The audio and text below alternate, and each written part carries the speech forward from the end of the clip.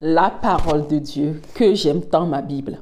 Connais-tu réellement l'importance de ta Bible, l'importance de la parole de Dieu?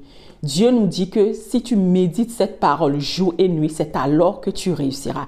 Aujourd'hui, je partage avec toi 4 points, 4 avantages que tu as sur les autres quand tu maîtrises ta Bible.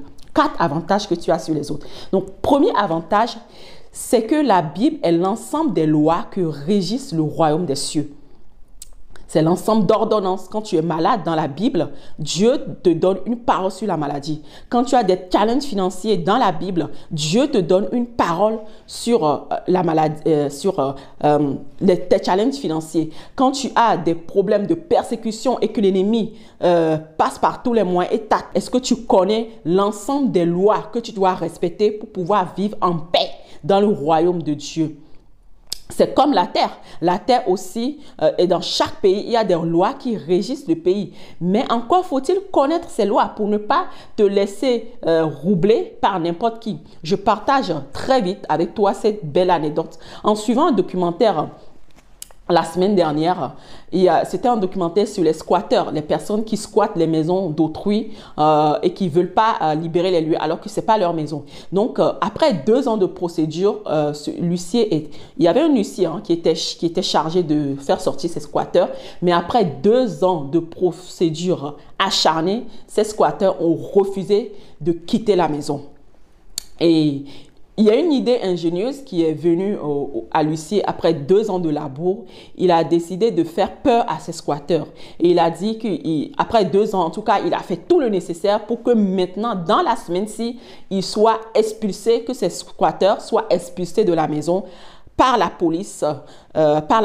Donc, ce squatteur, je ne sais pas comment, mais il a cru en cette parole de l'huissier. Il a cru en la parole de l'huissier et je vous assure que dans le documentaire, dans la même semaine, le squatteur a libéré les lieux.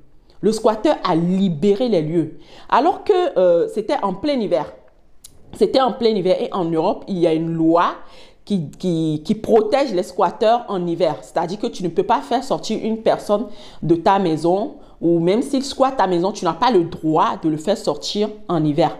Mais à cause de l'ignorance de ce squatteur, il était obligé de libérer les lieux en plein hiver.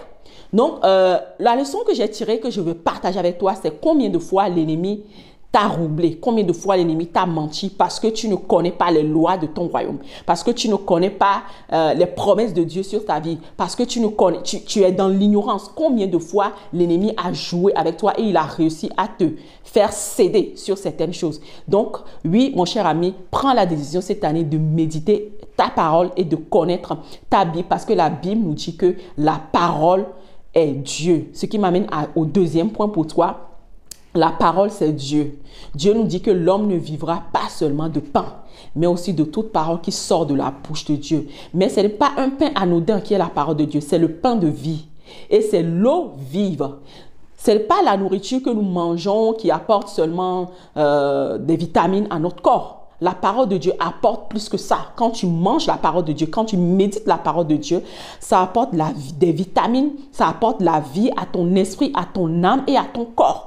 Ça apporte, Jésus dit que celui qui mange mon corps a la vie. Donc, celui qui mange mon corps, le corps est aussi lié à la parole de Dieu. Tu obtiens la vie. C'est-à-dire, s'il y a la mort qui veut agir dans ton corps, la vie de Dieu se dissipe en toi quand tu médites ta Bible. N'est-ce pas merveilleux? Alors, troisième point que je partage avec toi, la parole de Dieu est un bouclier. Quand tu te remplis de la parole de Dieu, tellement tu médites ta Bible, tellement tu maîtrises ta Bible que tu es rempli de cette parole et cette parole déborde de toi. Et quand cette parole déborde de toi, ça devient un bouclier protecteur pour toi. La Bible nous dit de nous tenir ferme contre, de prendre le bouclier de la foi et de nous tenir ferme contre les traits enflammés du malin. Donc la Bible, alors, le quatrième point que je voudrais partager avec toi, c'est le moyen par excellence de connaître Dieu. Si tu veux connaître Dieu, c'est bien de prier, je veux te connaître et tout, mais prends ta Bible. C'est là où il y a la biographie de Dieu. C'est là où tu vas trouver le caractère de Dieu, tu vas trouver les attributs de Dieu, tu vas trouver qui il est, qu'est-ce qu'il aime, qu'est-ce qu'il déteste. Si tu veux connaître quelqu'un, le moyen par excellence, c'est de prendre des biographies sur cette personne. Donc, Dieu a écrit sa biographie dans la Bible. Donc, à toi d'aller prendre cette biographie, de prendre le temps de connaître Dieu. Et Dieu promet qu'il va se révéler à toi quand tu prends le temps de le chercher. Voilà, j'espère que j'ai pu te convaincre, que l'Esprit est passé par moi, en tout cas, pour te convaincre, pour que la Bible devienne le meilleur livre, ton livre préféré. Voilà, sois béni.